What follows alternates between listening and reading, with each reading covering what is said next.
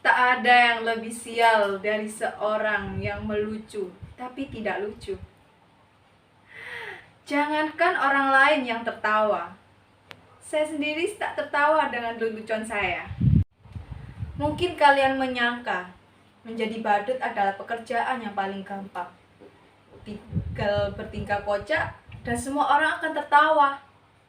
Bila kalian menjadi saya, kalian akan mengerti tak gampang membuat orang lain tertawa. Apalagi kita lagi tidak ingin tertawa. Lagi pula, zaman sekarang orang-orang gampang marah dan tersinggung. Membuat lelucon tidak semudah yang kalian bayangkan. Bisa karena lelucon, kamu bisa dipidanakan, dianggap menghina, dan mencemarkan nama baik. Kawan baik saya, seorang pelawak, dipenjara hanya karena membawakan lelucon yang dianggap menghina. Dia bercerita tentang seorang yang memanjat pohon kelapa pada jam 10 pagi, sembari mengumandangkan azan subuh. Sontak hal tersebut membuat gempar orang kampung. Orang-orang langsung berbondong-bondong mendatangi orang tersebut. Mereka berteriak, marah, bahkan ada yang ingin sampai membunuhnya. "Dasar orang kafir, turun kamu!" Begitu orang kampung berteriak marah. "Berani-beraninya kamu azan subuh jam 10 pagi. Dasar orang aneh, kafir." Tapi dengan tenang orang itu menjawab, "Loh, siapa yang aneh? Siapa yang kafir? Saya azan subuh jam 4 pagi tapi tidak ada yang datang ke masjid. Giliran saya azan jam 10, kalian datang. Sekarang siapa yang nggak taat? Siapa yang aneh? Siapa yang kafir?" Orang kok gampang mengkafir-kafirkan orang lain hanya karena berbeda menjadi bermusuhan. Kalau kata Descartes, aku berpikir maka aku ada. Kalau sekarang, aku bertengkar maka aku ada. Pertengkaran menjadi komoditi diperjualbelikan. Bahkan seringkali diberi pembenaran atas nama keyakinan. Ayat-ayat yang digunakan untuk kepentingan kekuasaan. Makanya, sekarang susah membuat orang tertawa. Saya menjadi badut meneruskan ayah saya. Kan sekarang ngetren anak meneruskan pekerjaan orang tuanya. Kalau bapaknya presiden, ya anaknya pengen jadi presiden. Enggak ding, anaknya jadi gubernur atau wali kota. Sudah. Jangan ngomong ngelantur, nanti saya ditangkap.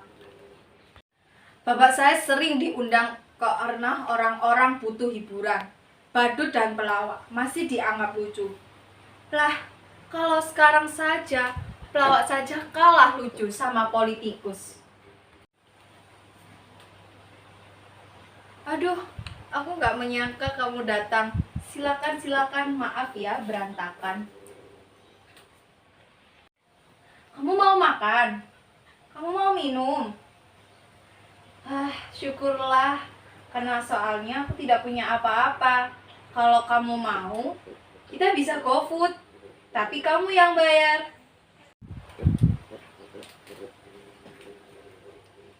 Yang datang pacar saya loh. Loh, kalian jangan mengejek gitu. Badut kayak saya juga manusia, bisa falling in love. Ganteng kan pacar saya? Namanya Suga. Terima kasih mau nemani saya. Saya kira kamu lupa dengan saya. Sumpah, I love you, I miss you. Boleh aku peluk kamu? Cium kamu? Suga. Ternyata saya hanya menghayal saja. Saya ini hanya badut jomblo. Udah jadi badut, jomblo pula. Benar-benar sial nasibku. Kamu gak usah jadi badut, biar aku saja. Kamu gak akan kuat.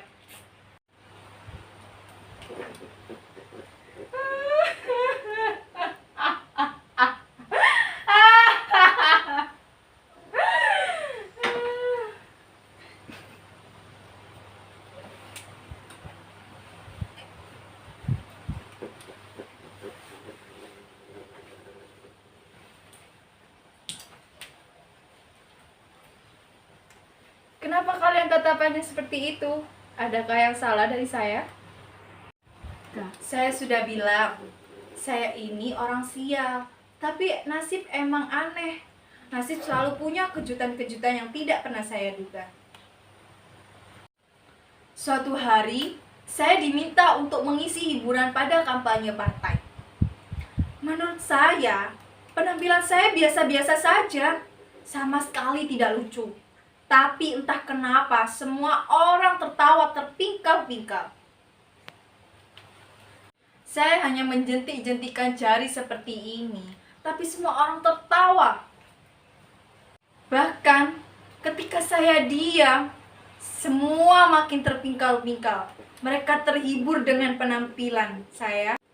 Bahkan ketika saya diam, semua makin terpingkal. Mereka terhibur dengan penampilan saya yang begitu bodoh dan tolol. Sungguh, saya tak pernah merasa setolol itu. Lalu pemimpin tersebut mendatangi saya, menjabat tangan saya, dan memuji saya karenanya saya ini orang yang karismatik. Ia juga mengajak saya menjadi pemimpin partai dan mencalonkan saya pada pilkada. Padahal saya tidak tahu apa-apa tentang pilkada. Dan betapa sialnya saya menang pilkada. Ketika saya jadi badut, saya tak pernah berhasil membuat orang tertawa. Tapi ketika saya jadi pemimpin, saya berkali-kali membuat orang tertawa. Itulah kenapa saya bilang betapa sialnya saya. Betapa sialnya saya dulu jadi badut. Jadi pemimpin tetap jadi badut. Badut yang bisa mereka atur. Badut yang membuat mereka terhibur. Percayalah, jadi badut itu berat. Kamu gak akan kuat. Dia para pemimpin.